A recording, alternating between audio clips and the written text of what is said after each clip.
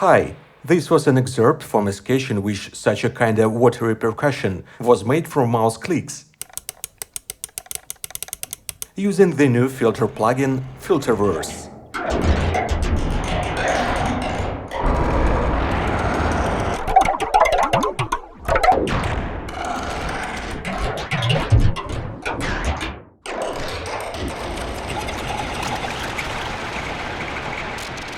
Let's take a closer look at the structure of the preset of this plugin.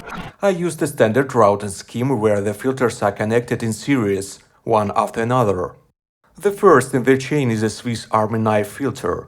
Here, it performs the function of an equalizer and saturator. It emphasizes the middle frequencies, and I also used the drive section to make the sound more dense and louder. Then the sound goes into the flange filter. It adds a characteristic color to the sound, especially at the high values of the resonance knob. As you can see, it uses a lot of chaotic modulations. This is done in order to achieve more variety in the sound. The filter cutoff frequency is modulated by a sequencer and random values generator. Resonance knob is also modulated, but less heavily. Nothing special happens in the random value generator, it just works quickly.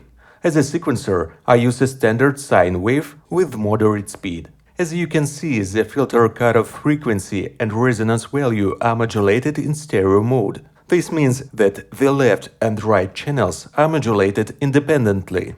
This allows you to achieve a very wide stereo image. The filter type and damping value are also modulated. I used a high initial damping value to get rid of the not very pleasant high frequencies in the sound. Cross feedback I left untouched, so that the stereo image does not become more narrow.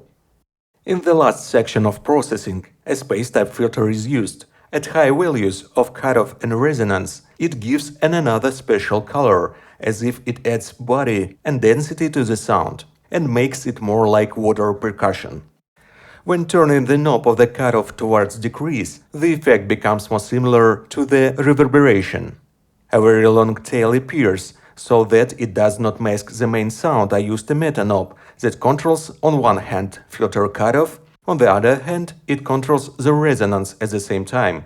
So when I'm going to add a long reverb tail at the same time, the resonance value decreases, and thus the original sound is not lost in the reverberation completely. This is very convenient.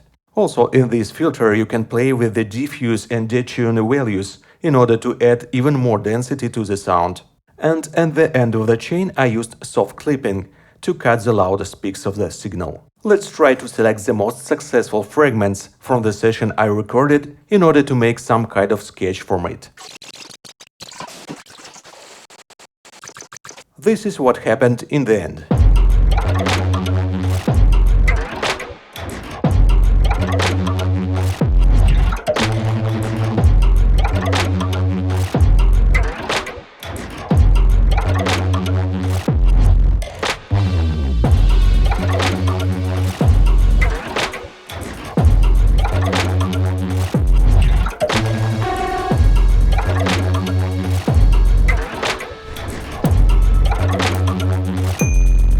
Thanks for watching.